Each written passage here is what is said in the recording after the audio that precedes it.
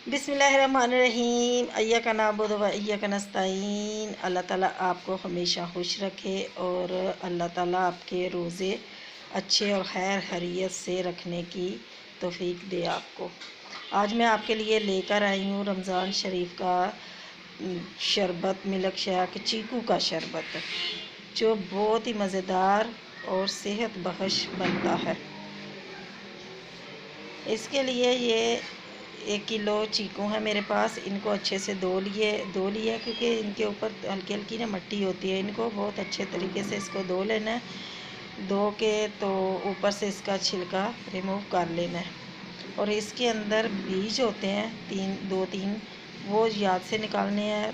इसको छोटे छोटे पीसेस में कट कर लें ताकि इसके बीज सारे निकल जाएं, क्योंकि बीज अगर शरबत में जाएंगे तो शरबत कड़वा हो जाएगा।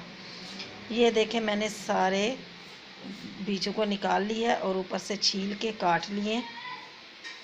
अब हम चलते हैं, ये दूध और चीनी और बर्फ़ के टुकड़े थे। अब हम चलते हैं शरबत की तरफ। एक जग लेते हैं, उसमें आधा आधा करके शरबत बनाएंगे, क्योंकि चीकू थोड़े ज़्यादा है, एक दफ़ा नहीं बन सकता। ये आधे चीकू मैंने डाले और 1 कप इसमें चीनी शामिल करते हैं।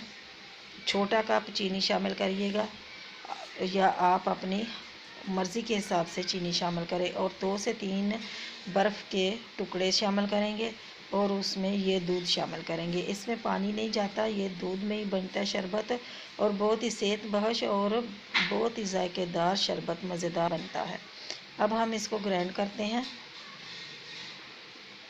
इसको 2 से 3 मिनट के लिए ग्राइंड कर लेना ताकि अच्छे से ग्राइंड हो जाए। देखिए माशाल्लाह सुभान अल्लाह, कितना मज़ेदार शरबत बन के तैयार हुआ है।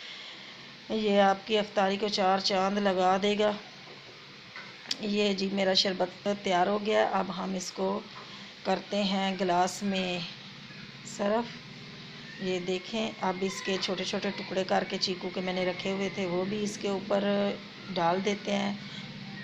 अगर आप इसमें तुहम लंगा शामिल कर सकते हैं तो वो भी कर लें, उससे भी अच्छा जायका आता है।